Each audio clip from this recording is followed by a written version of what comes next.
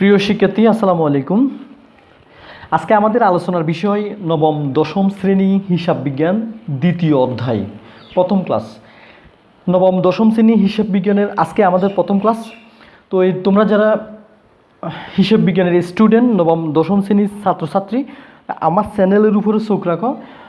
হিসাব বিজ্ঞানের সম্পূর্ণ ম্যাথের অর্থাৎ 9-10 হিসাব বিজ্ঞানের সমস্ত ম্যাথের হিসাব বিজ্ঞানের সলিউশন পাবা আমার এই চ্যানেলে। তো আমার চ্যানেলের উপরে চোখ রাখো এবং অনুগ্রহ করে প্লিজ আমার চ্যানেল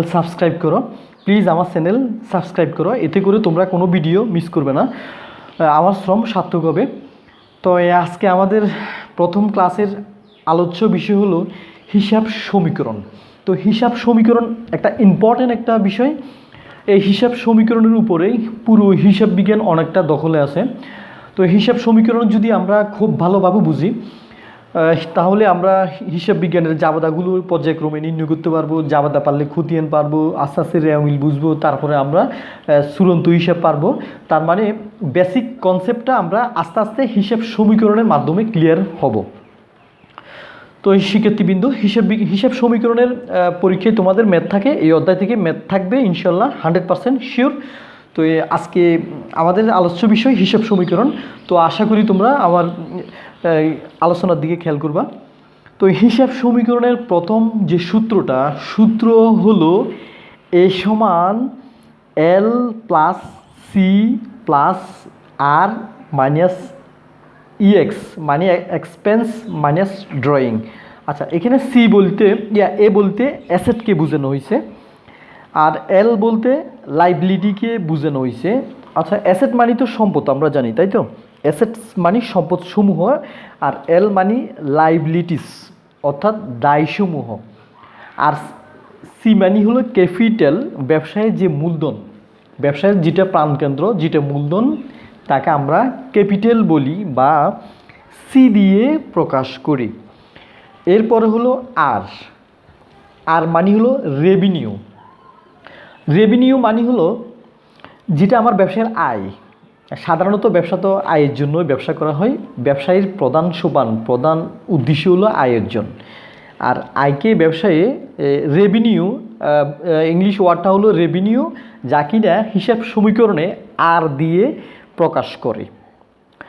এরপর হলো ইএক্স মানে এক্সপেন্সেস অর্থাৎ ব্যয়সমূহকে আমরা ইএক্স দিয়ে প্রকাশ করি অর্থাৎ এক্সপেন্সেস। এরপর হলো ডি, আর ডি মানে হলো ড্রয়িং বা উত্তোলন। আর উত্তোলন মানে হলো ব্যবসা প্রতিষ্ঠান থেকে টাকা তোলা, উত্তোলন করা। তো এই উত্তোলনটা আমরা ব্যবসা প্রতিষ্ঠান থেকেও তুলতে পারি, অর্থাৎ উত্তোলন দুই ধরনের। উত্তোলনের যদি আমি এখন ডেফিনিশনটা বলি, আচ্ছা তোমরা একটু মনোযোগ দিবে, আমি উত্তোলন সম্বন্ধে কিছু কথা বলবো। উত্তোলন মালিকে উত্তোলন করতে পারে এবং ব্যবসা প্রতিষ্ঠানও উত্তোলন করতে পারে। ব্যবসা প্রতিষ্ঠান উত্তোলন করে, ব্যবসায়ের যে ব্যাংক হিসাব আছে, ব্যবসায়ের কোনো ব্যাংক হিসাব থাকবেই বাধ্যতামূলক। ব্যবসা প্রতিষ্ঠান ব্যাংক থেকে যদি টাকা তোলে, সেটা উত্তোলন। আর আরেকটা উত্তোলন হলো মালিক যিনি ব্যবসায়ের মালিক পক্ষরা ব্যবসা প্রতিষ্ঠান মালিকের প্রয়োজনে ব্যবসা প্রতিষ্ঠানের ক্যাশ থেকে টাকা তুলতে পারে, কিংবা ব্যবসা প্রতিষ্ঠানের ক্যাশ থেকে টাকা না তুলে ব্যবসা প্রতিষ্ঠান থেকে পণ্য উত্তোলন করতে পারে। মানে পণ্য বলতে ব্যবসা প্রতিষ্ঠান যাকে নিয়ে ব্যবসা করে, যেটা ব্যবসায়ের পণ্য, যে জিনিস ব্যবসা প্রতিষ্ঠান কিনবে আবার বিক্রি করবে, সেটাই ব্যবসায়ের পণ্য। এই পণ্য মালিকে তার প্রয়োজনে ব্যবসা থেকে নিতে পারে, এটাও উত্তোলন। তাহলে আমরা জানলাম মালিকে ব্যবসা প্রতিষ্ঠান থেকে ক্যাশ টাকাও নিতে পারে, ব্যবসায়ের পণ্যও নিতে পারে। আরও একটা জিনিস মালিকে নিতে পারে, সেটা হলো ব্যবসায়ের যে ব্যাঙ্ক অ্যাকাউন্ট আছে, মালিকেও ওই ব্যবসায়ের ব্যাঙ্ক অ্যাকাউন্ট থেকেও টাকা তুলতে পারে। তাহলে ব্যবসা প্রতিষ্ঠান থেকে যদি মালিকে টাকা তোলে, এটাকে আমরা উত্তোলন বলবো, উত্তোলন বিয়োগ হবে ড্রয়িং। ড্রয়িং উত্তোলনটা বিয়োগ হবে। মালিকে টাকা তুললে ব্যবসা প্রতিষ্ঠান থেকে বিয়োগ হবে। মালিকে ব্যবসা প্রতিষ্ঠান থেকে যদি পণ্য নিয়ে যায় তারপরেও বিয়োগ হবে। মালিকে যদি ব্যবসায়ের ব্যাংক থেকেও টাকা নিয়ে যায় তাহলেও আমরা কি করব, ড্রয়িংটা কি হয়, অলওয়েজ বিয়োগ হবে। এরপরে এক্সপেন্সেস, খরচটা আমরা বিয়োগ করব, হিসাব সমীকরণে খরচটা বিয়োগ হবে। এরপরে রেভিনিউ বা আয়টা আমরা কি করব, সবসময় যোগ করব। তারপরে হলো ক্যাপিটাল বা মূলধন, ব্যবসায়ের মূলধন, যেটা ব্যবসায়ী মালিকে বছরের শুরুতে ব্যবসাতে আনায়ন করে। মালিকে অবশ্যই ব্যবসায়ের মাঝপথেও মধ্যখানেও মূলধন আনতে পারে, তো এই মূলধনটা যোগ হবে। এরপর হলো লাইবিলিটিস। আচ্ছা, লাইবিলিটিসও যোগ হয়। তো আমরা লাইবিলিটিস বলতে কি বুঝবো, লাইবিলিটিস এর বাংলা অর্থ হলো দায়সমূহ। তো এই দায় জিনিসটা কি, এই বিষয়ে আমি যদি বলি, দায় মানি হলো আমার থেকে যদি কেউ টাকা পায় সেটা আমার দায়। মনে করো তোমার এক বন্ধু বান্ধবী বা তোমাদের প্রতিবেশী তোমার থেকে টাকা পাবে, এই যে সে প্রতিদিন তোমাকে একটা প্যারা দিচ্ছে, এই আমার টাকা দিস না কেন, কখন দিবি। তুমি তাকে প্রতিনিয়ত বলতেছো কালকে দেবো পরশু দেবো, মানে তুমি দিতে পারতেছো না। এই যে তুমি দিতে পারতেছো না, তুমি যে তার কাছে দায়বদ্ধ, দিতে হবে। এই যে তোমার একটা চিন্তা যে দিতে হবে, দায়বদ্ধ, এই যে একটা প্যারা, এটাই আমার দায়। দায় বলতে আমরা অন্য কেউ আমার থেকে পাবে, আমি তাকে দিতে হবে, এই যে আমার একটা দায়বদ্ধতা, এটা আমার দায়। ইংলিশে বলে লাইবিলিটিস, বাংলায় বলে দায়। এরপরে সম্পদ তো তোমরা আশা করি বুঝতে পারছো। সম্পদ মানেই তো আমার সম্পত্তি। সম্পদ হতে পারে নগদ টাকা, আমরা সম্পদ বলি। সম্পদ হতে পারে আসবাবপত্র, দালান কোঠা, হ্যাঁ, তাও আমরা সম্পদ বলবো। হ্যাঁ, সম্পদ আর হতে পারে, মনে করো তুমি কারো থেকে টাকা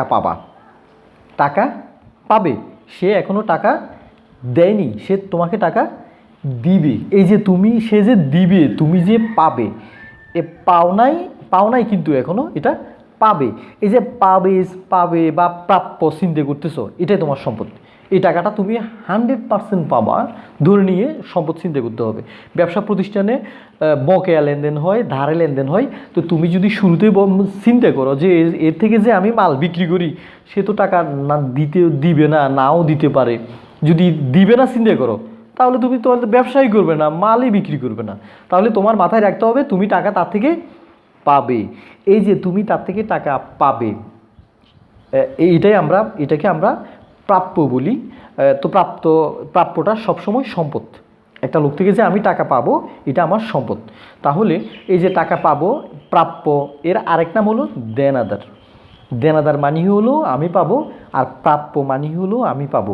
আর ব্যবসা প্রতিষ্ঠানে এই দুইটা হিসাবকে সম্পত্তি হিসেবে ধরা হয়।